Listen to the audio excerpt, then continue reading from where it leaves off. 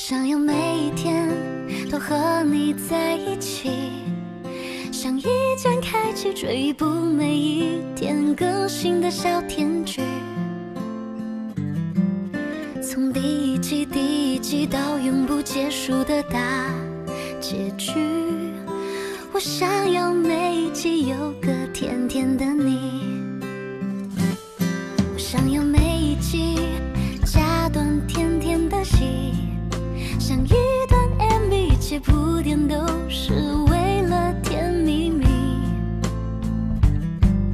有龙卷风暴风雨不重要，那都不是主题。我想要有一段量身剪辑为你，你的调皮可爱被我无限放大，精准的捕捉到你的小情绪，跟随着你的脚步此起彼伏在梦里。你的柔软细腻被我认真收集，宠你的纵容着你的小脾气，追逐着有你的镜头反复回看在心里。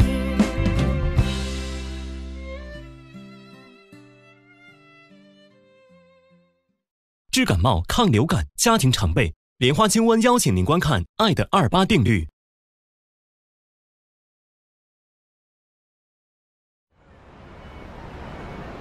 我想没有人比你们更清楚蓝总的为人，所以目前为止，程宇慧是我们最好的选择。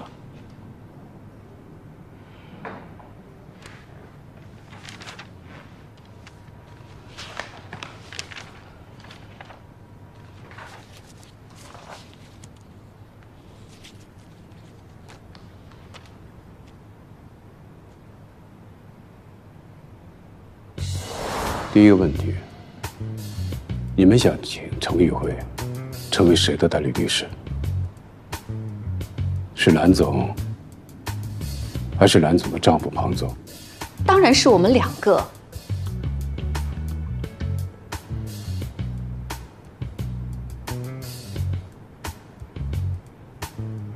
那如果是这样的话，我们只能……你要相信我，相信老庞，他不是外面传说的那样。我们洛威玉兰又不缺钱，我们为什么要骗人家的钱啊？一定是有人故意破坏洛威玉兰的名誉。蓝总，你别激动，冷静一下。这个问题先放在一边。第二个问题，您到底有没有参与洛威玉兰的实际运营？您别着急，您一定想好了回答我。我说的参与是指实际与洛威玉兰经营者的身份，签署合约，完成经营行为，了解财务运营状况，成为信贷主体。您有吗？请你如实回答。没有。好，我相信你。小金，谢谢你。你是第一个看着我的眼睛说相信我的人。没有人相信我，都说我是骗子。以前那些天天看着我对我笑的人，现在都变成了魔鬼，恨不能咬掉我一块肉。你不知道我这些天是怎么过的，有家也不敢回。幸亏有单平在，不然我真的可能会被逼死。蓝总，现在只是刚刚开始，以后的日子恐怕更糟糕。你想听一听我们对这个案子的看法吗？你说。蓝总，虽然你现在是被告人，但你并不是洛威玉兰的实际经营者，而且控方律师他也拿不出实际的证据来证明你是知情的，所以控方提出的诈骗、非法集资这些，在你这边罪名成立的可能性很小。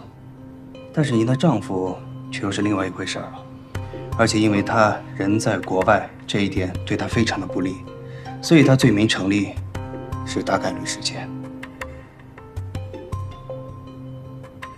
大方、小谭，你们怎么看？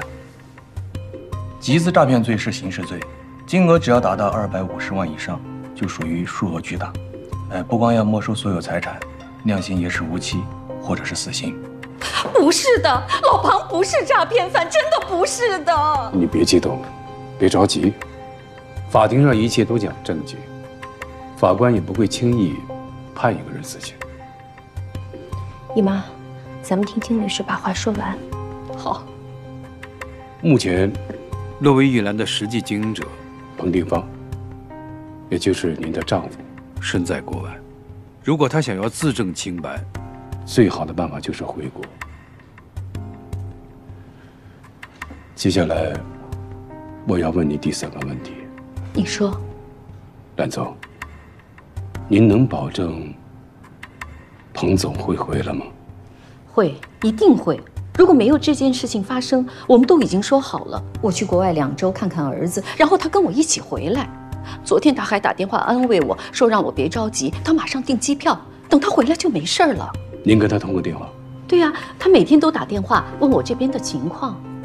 你都跟他说了？是啊，不能说吗？哎，秦律师，不知道你什么感觉啊？反正这话听着怎么这么耳熟呢？秦律师，有什么话您就直说吧。接下来，我要告诉你最糟糕的事情。如果你的丈夫彭定芳罪名成立，而且他尽管外逃不回来，那么你将面对什么样的局面？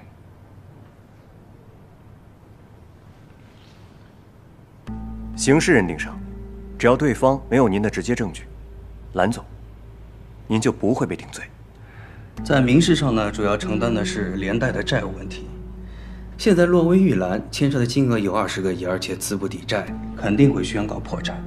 破产之后，法院就会清算。因为庞先生有刑事罪罚在身，根据相应的法律条款，他的个人资产一定会被没收，这其中就会包括夫妻共同财产。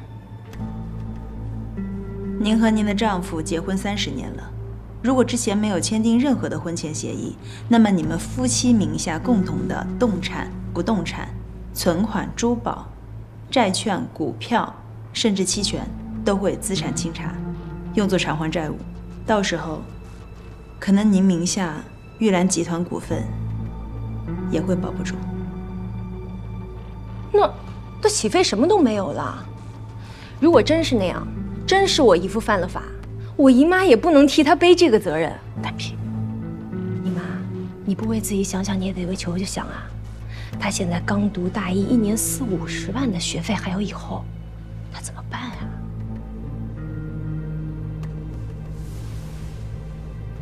乐玉兰这艘船已经在下沉了，如果不想跟他同归于尽，办法只有一个。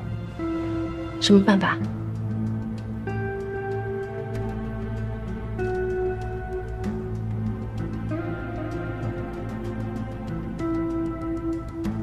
李律师，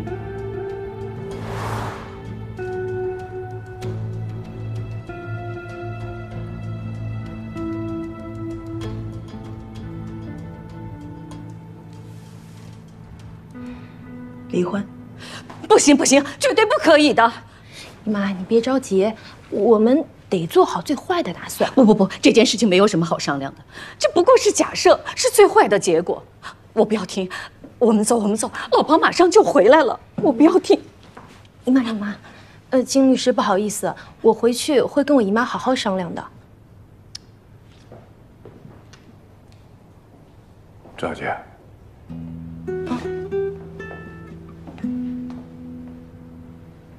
我希望你好好想一想我问的第一个问题：你们想请程宇辉成为谁的代理律师？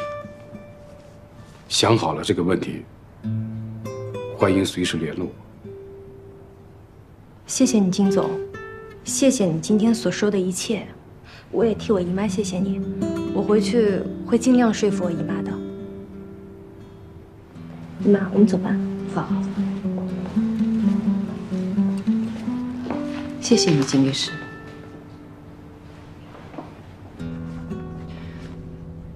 真服了金老大。你说不接洛威玉兰的案子，原来是为了打离婚官司。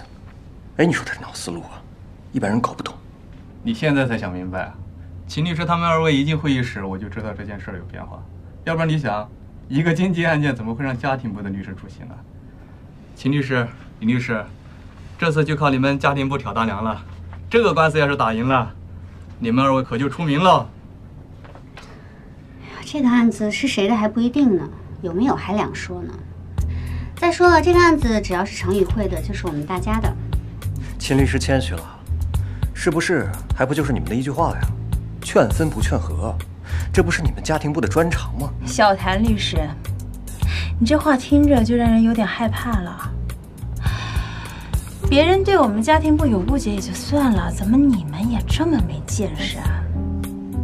像我们家庭部的人就不会觉得你们刑事部的人为了把案子搞大，一个个都劝杀不劝降的啊？是啊，以后你们有事要找我们的话，我们一定劝和，绝不劝分啊。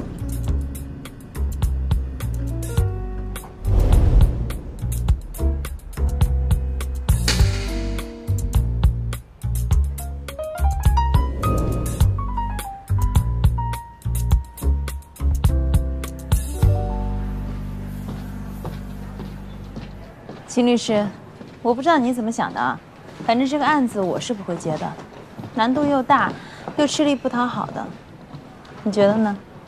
你这话说的好像我们想接就能接一样。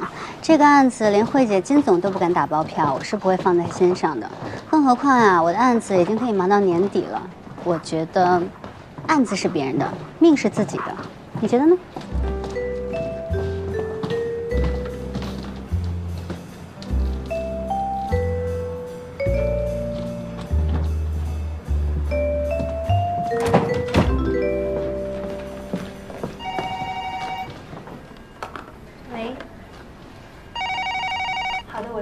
喂，好的，我知道了。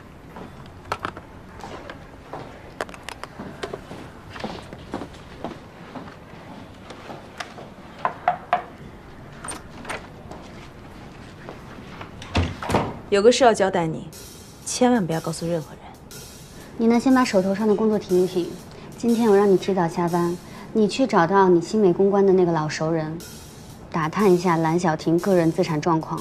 我知道，蓝总跟新美公关一直有业务上的往来，他们应该最清楚。行，秦律师，咱们这是接了蓝总的代理啦。谁说我们接了？不接就不能调查了吗？我懂了，实则虚之，虚则实之。优秀。这个地址你记一下吧。庞定方在国外的地址。赵小姐，如果方便，可否告诉我庞总在国外的地址？防人之心不可无。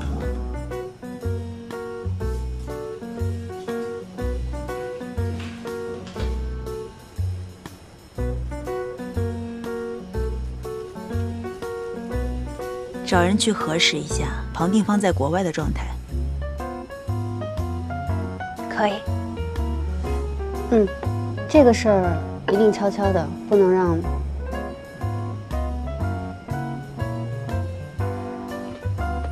那我先出去了。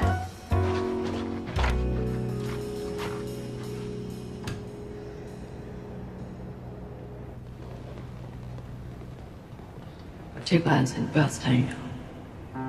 你现在最重要的是进入企业部，目前只要保持不犯错误就行。这个案子是个烫手的山芋，办不好反而对你不利。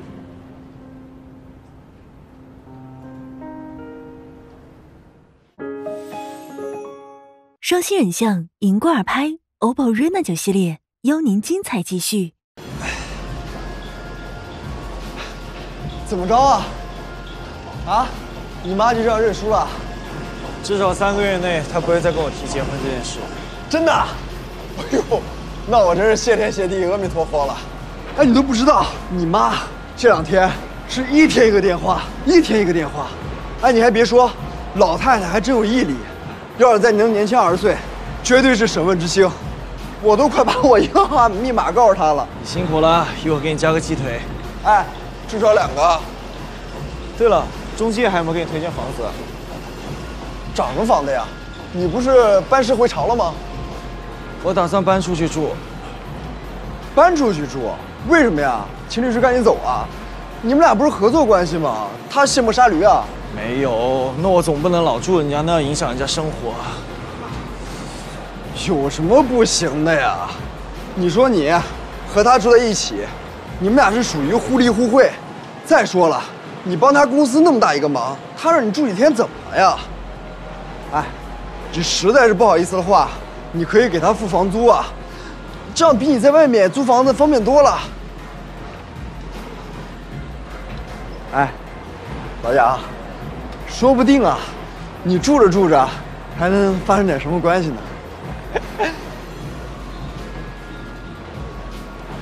我的意思是呢，现在如果按你的要求在外面找房子，那实在是太难了。你和秦律师住在一起，那相安无事，简直就是奇迹。我从来都没想过，你和你妈之外的第二个雌性，同住一个屋檐下，不容易。第三，秦师是第三，财神是第二，他也是雌性。哎，你要非这么说的话，那我要提一个人了，你那前女友，那个姚。哎，老杨，不是你去哪儿啊？你不吃饭？不是你等我，我卡着了。哎呦我的妈呀！老杨，哎，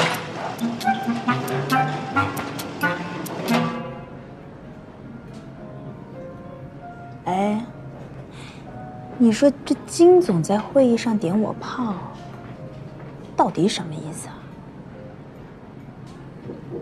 嗯。你说什么意思？我觉得会不会是我其实不一定是陪跑的呀？哎，你这个人啊，真的是在办案上啊才思敏捷，其他地方思路如尿路啊。会不会说话？那你有何高见啊？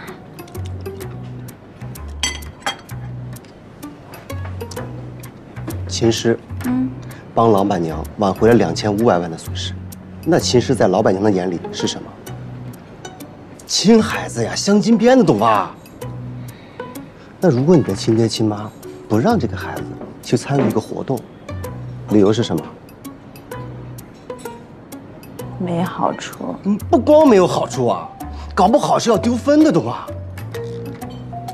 所以，你想想看，如果换的是你，你要高升企业部了，然后你还要回头去打那个官司难缠的婚姻部的这个离婚案，你觉得可能吗？那你这么说，我是彻底没戏了呗？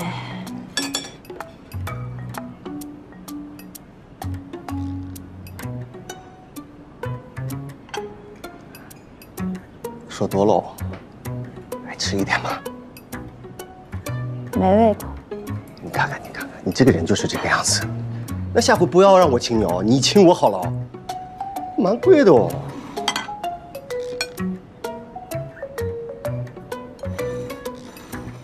多少吃一点嘛。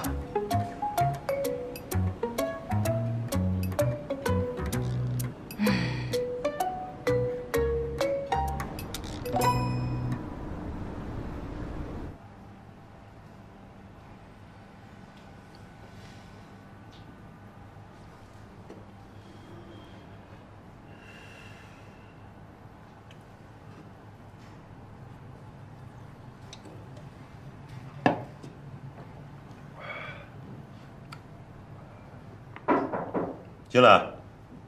您好，您的外卖到了。没点外卖啊。陶律师，你确定你没点外卖吗？你说我多久没有见到我的大宝贝了？你还好意思说呢？还不是因为你工作太忙了，我都快忘了你长什么样了。还好我懂事儿，不然我早就傻过来了。嗯，你是天下最懂事的。那当然了。你什么时候下班？你来了就下班了。求生欲越来越强。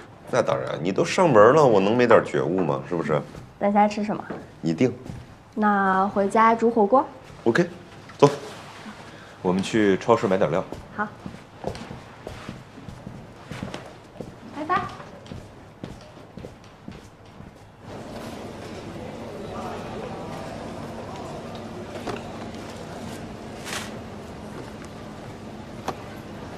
你干嘛？家里冰箱那么多肉，哪够放啊？这个切了烫火锅最好吃了。这是红肉。你呀，你的饮食结构有很大的问题。这红肉比例很高的，里面有大量的饱和脂肪酸，是导致众多心血管疾病的原因之一。而且吃肉本来就不利于身心健康，还是一种欲望的体现。有欲望又不是什么坏事，上进心是一种积极的表现，你知道吗？再说了，吃草就真的清心寡欲了吗？你看亚当跟夏娃就是吃苹果吃出事儿来了。这我可不认同。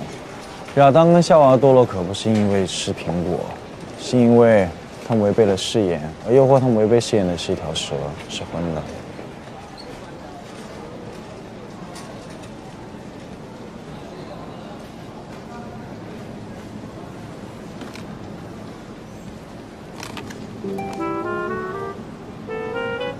我一直喝这个牌子。这个打折啊，也是品牌啊。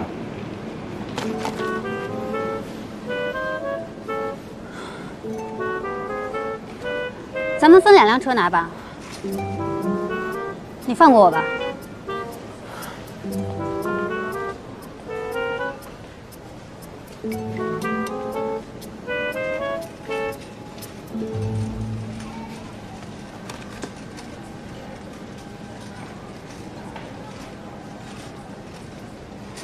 哎，我问你，如果你是我的话，要争取蓝小婷那个案子吗？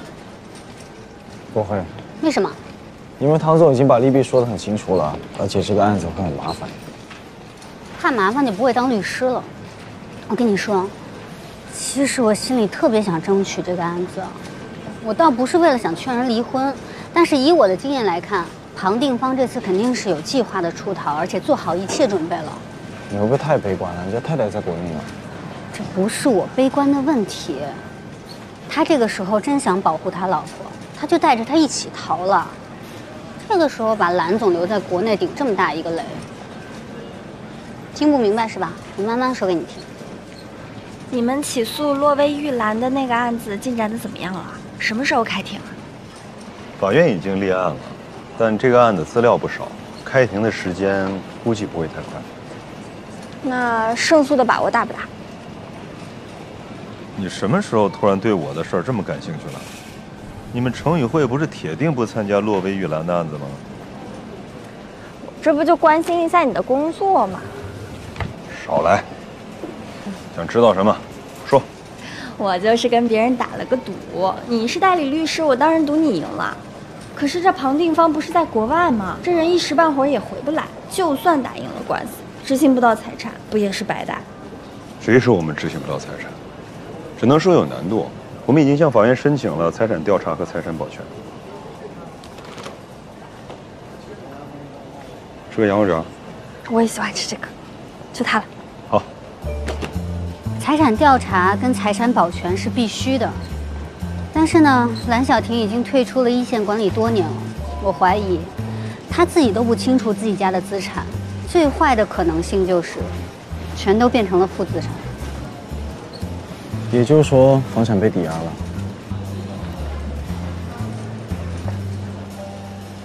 除了玉兰集团，蓝小婷名下还有其他资产，有10几家高端的美容院和培训中心，我们也都申请查封。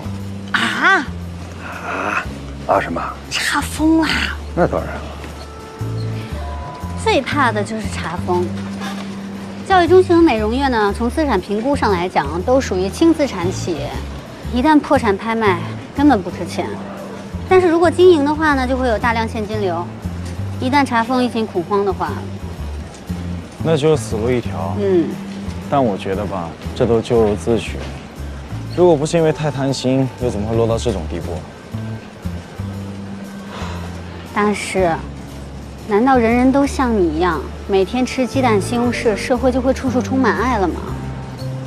资本的天性就是逐利，人类社会发展成今天这样，不都是资本带进来的吗？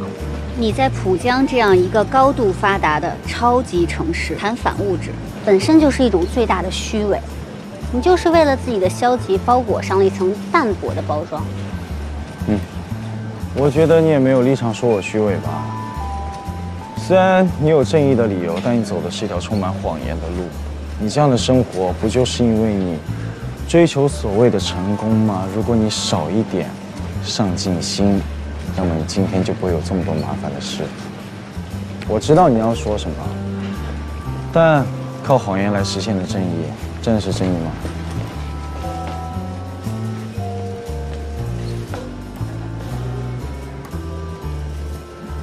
你击中我的要害了，我也要击中你的。房子找到了吗？马上。刚才问了我那么多问题，我也问你一个呗。蓝晓婷是不是去城与会了？没有啊，没有。你知不知道你有一个习惯，每次撒谎的时候，同样的话都会重复很多次，好看。没有。胡说，没有。其实你不用保密了，蓝晓婷呢已经找遍了浦江所有的律所，就没有一个律师可以给她做代理的。程宇辉呢当初又坚持不做控方律师，所以他去找你做辩方律师也是合情合理的。现在的情况呢，大家都在猜，是你们金总无意而为之，还是有意布的局？我们金总好像也没有答应要接蓝总的案子。再说他虽然聪明，但也没有那么深谋远。你们也太夸张了。宝贝，你做不做功课？你就是太天真了。你们老板可不像你这么天真，深谋远虑着。深谋远虑。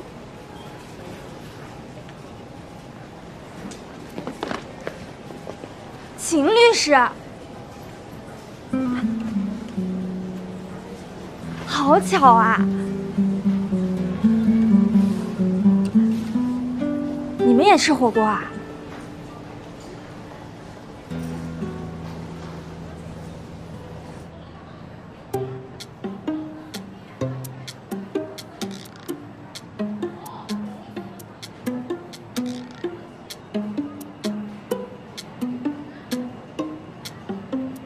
秦律师，不好意思啊，我没跟你说俊辉是我未婚夫。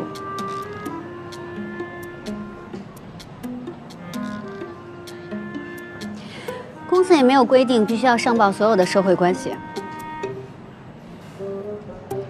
既然陶律师是你的未婚夫，那西美公关的老总是我爸。吴律师，你真是太低调了。秦律师，我们的事儿你可千万别在律所说啊。有这么优秀的未婚夫，还怕别人知道吗？不是我们，就是我爸的事儿，你可一定要保密。对唐总也要保密啊。如果我是你，我就会大大方方说出来，这肯定是一个加分项，因为现在很多人都非常在意家境出身的，是吧，陶律师？好了，可以吃了。先别着急，我正在给你做一款世界上独一无二的酱料。那我等你一起。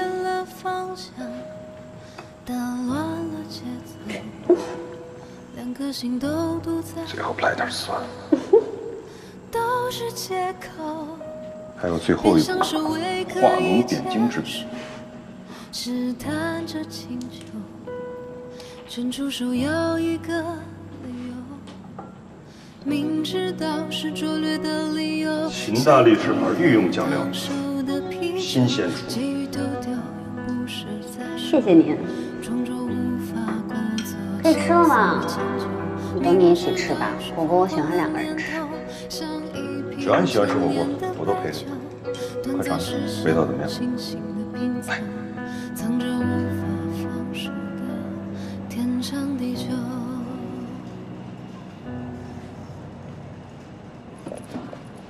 想什么呢？跟你说话呢。我想吃火锅了。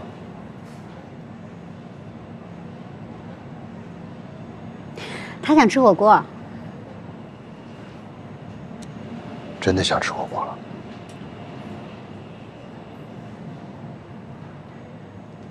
你们什么时候结婚啊？我们年底。恭喜你们！谢谢秦律师，刚好你也是俊辉的校友，也是我的上司，到时候请你一定要来参加我们的婚礼。秦律师特别忙，没时间的。你怎么知道？真的。别瞎说。如果学长给我发请柬，我一定会来的。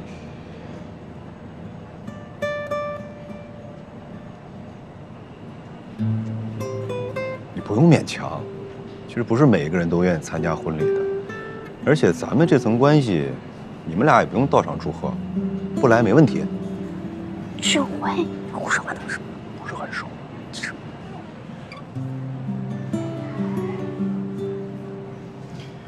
陶律师，我特别欣赏你的说话方式。要是每个人都能像你这么说话的话，可以省掉很多不必要的社交。走吧，我们回家。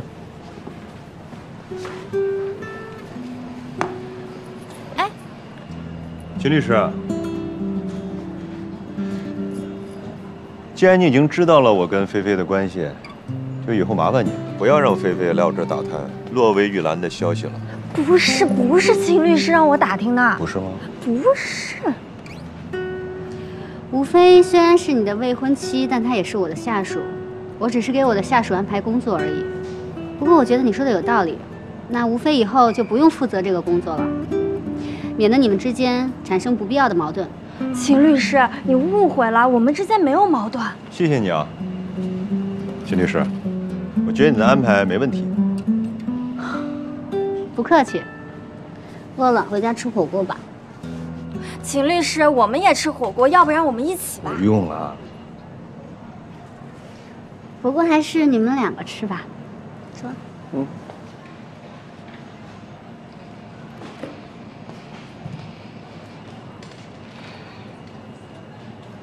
你干嘛呀？你一句话，我工作都没了。没了就没了呗，我养你。你不说了吗？律所的工作忙，上司又那么变态。我什么时候说的？可别瞎说。这下好了，我明天到了公司还得给人家陪笑脸。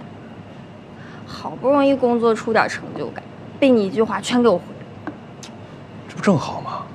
不用陪笑脸，你们律所那么多高级律师呢，换一个上司不就完了吗？你说的倒容易，我就觉得秦律师是最好的，我要学就要跟着最好的学。哪儿值得你学呀？你要学法律，我可以教你。你不对劲，是不是有事儿瞒着我？没有。你学我，你肯定有事儿瞒着我。没有。你俩是不是有过节？你不饿吗？我也要吃火锅。快说啊！回家吃火锅了，来吃火锅。肯定不对劲。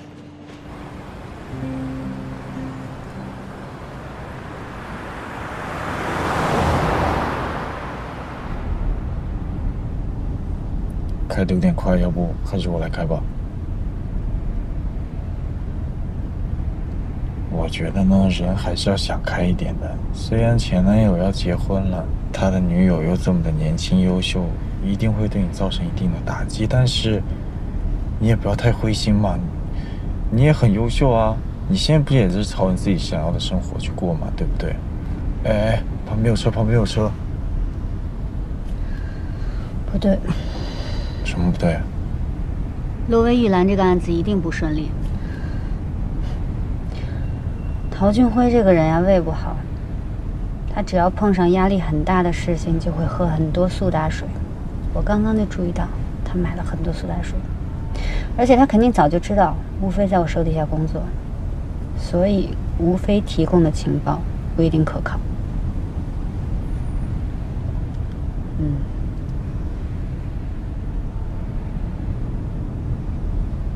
咪，所以你刚才一直想这些事？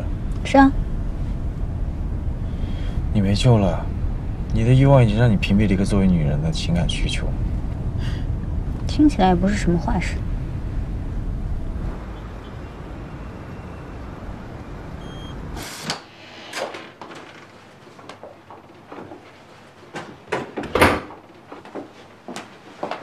姨妈，我买了你最爱吃的海鲜粥。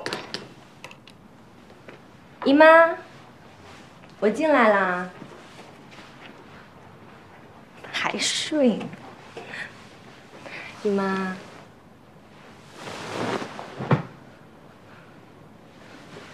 姨妈。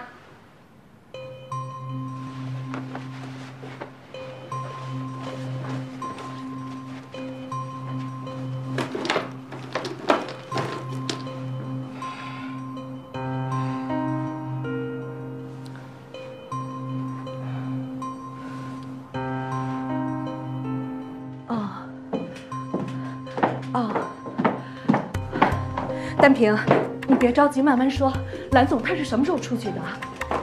我将近7点的时候出去买东西，那时候我姨妈还在，我总共也就出去了40分钟。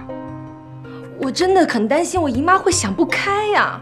丹平，现在我们最需要的是2件，你先检查一下你姨妈有没有带走她的护照。护照。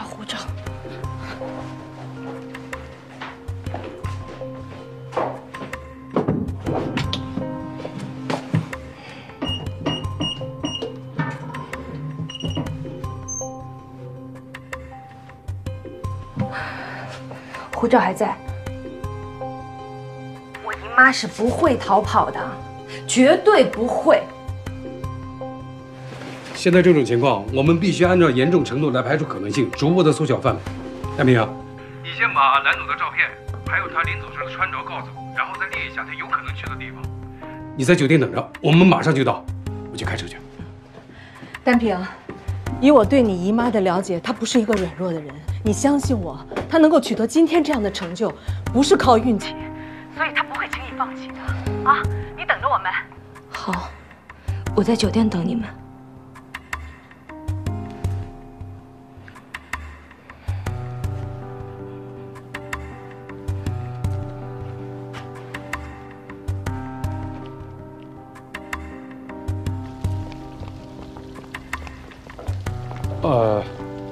通知刑事部的老沈，再叫上小潘和大方。反正找人这种事儿，人越多越好。喂，老沈，我是唐一慧。孙老师，话可不能这么说啊！这个你们管不了，那个你们没办法。那资格验证不就变成了一纸空文了吗？我的诉求很简单，我交了5万块钱会员费，现在很不满意你们的服务，要求退款。很合理吧？是你们违约在先的，你要是不退款的话，那我就只能走司法程序了。别呀，你们收入那么高，我挣得多跟你们也没有什么关系，我的钱也不是大风刮来的，你说是不是？哎，李律师啊，这事也不能怪我们嘛。孙老师，不好意思啊，我现在要接个很重要的电话，我说的你考虑考虑，过2天我再联系你啊。喂，唐总，你赶紧过来一趟。好，我马上过来。你要是有帮手，也可以一起叫上，但一定要可靠，不要到处乱说话。我懂了，那一会儿见。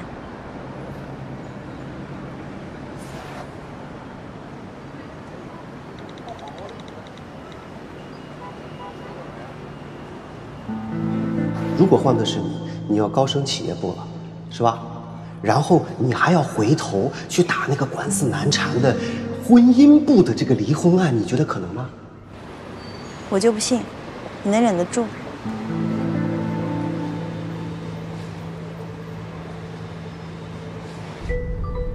麻烦帮我接一下电话。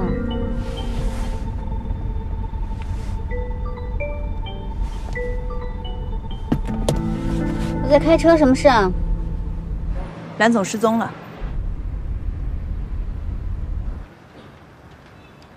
来了，挺着急了吧？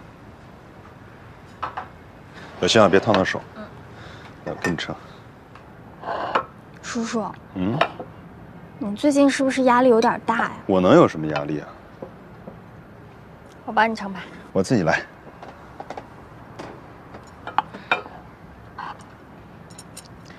我觉得你从刚刚开始就一直奇奇怪怪的，本来说好要吃火锅的，怎么又该吃炒饭了？你是不是对秦律师有意见啊？我对他能有什么意见啊？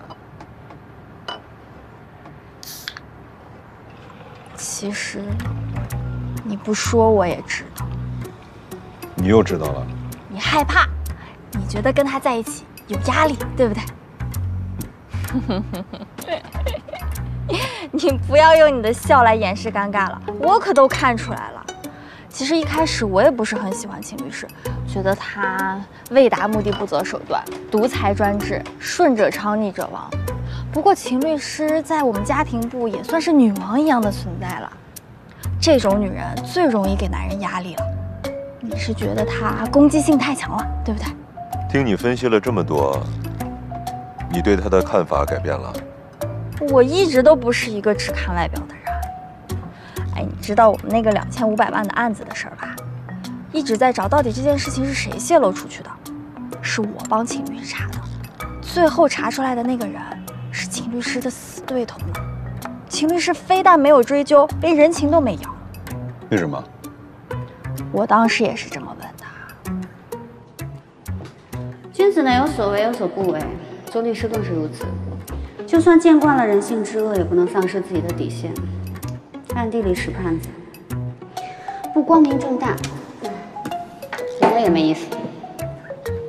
不管他有多少缺点，就光冲这一点，他就帅的没边儿了。他帅还是我帅？你跟他吃什么醋呀？你是醋王吗你？问你个正事儿啊。你们程宇会接了蓝小婷这个案子，你说秦师会不会成为这个案子的主理律师？应该不会，就算要接，应该也不是秦律师当主理律师，他是家庭部的律师，这应该算是刑事案件。也对啊。不对，秦律师不可能对自己不能处理的案子感兴趣。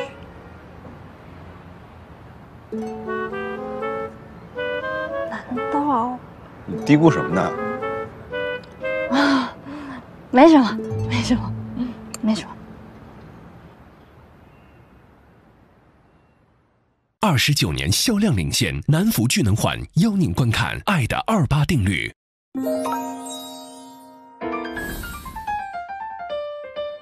这个片子里很有意思，陶俊辉和秦思曾经谈过恋爱，但是呢，他们都向自己的后面的恋人隐瞒了前任的信息。那我自己经常遇到很多的朋友或者学生来问我说，那我谈恋爱了，到底要不要跟男朋友或女朋友隐瞒我前任的信息？如果对方没有问，其实我们并没有主动告知对方的义务，因为一个人以往的恋情经历属于个人的过往，而我跟你之间的承诺其涉及的是现在和未来，所以我并不需要一定要告知对方说我到底有没有谈过恋爱。但是如果这个信息涉及到对方的利益，或者对方明确的问了，那我自己觉得还是最好不要说假话，因为一个假话后面需要无数个假话来圆，最后它其实会伤害到我们两个之间信任的关系。承认有前任以后，具体说什么怎么说其实是可以有选择的。那我在这里就给大家2个小小的建议。首先，不要拿前任和现任比较，这个非常伤害感情，而且没有意义。我们是专注在我们两个的关系，这才是重要的。如果对方总是忍不住比较怎么办？很多人想通过这种方式来确认自己的特别，但他又不好意思直接开口。你不妨就直接问问对方，你老想比较，你担心什么呢？有什么样的觉得我需要跟你更多的去沟通的吗？追问问题背后的问题，这才是更重要的。第二，其实我们不讨论感情的细节，但是呢，可以讨论我在上一段感情里我的成长是什么？前任这个话题本身就是彼此了解双方的一个很好的窗口。我们可以从一个人分手的方式中看到他处理冲突的方式，也能看到一个人的成长。所以承认前任的存在，谈谈在这段关系里我的一些困惑和成长，其实它并不会影响感情，反倒遮遮掩掩或者各种的比较，才是伤害现在感情的。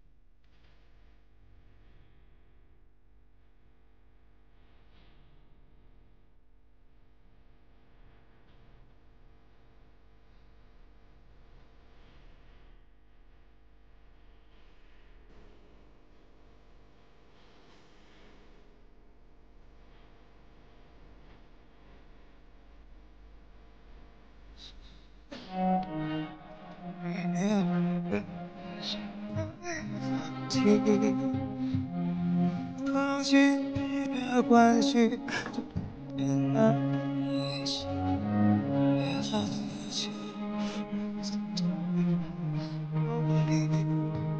又在做梦，不知道。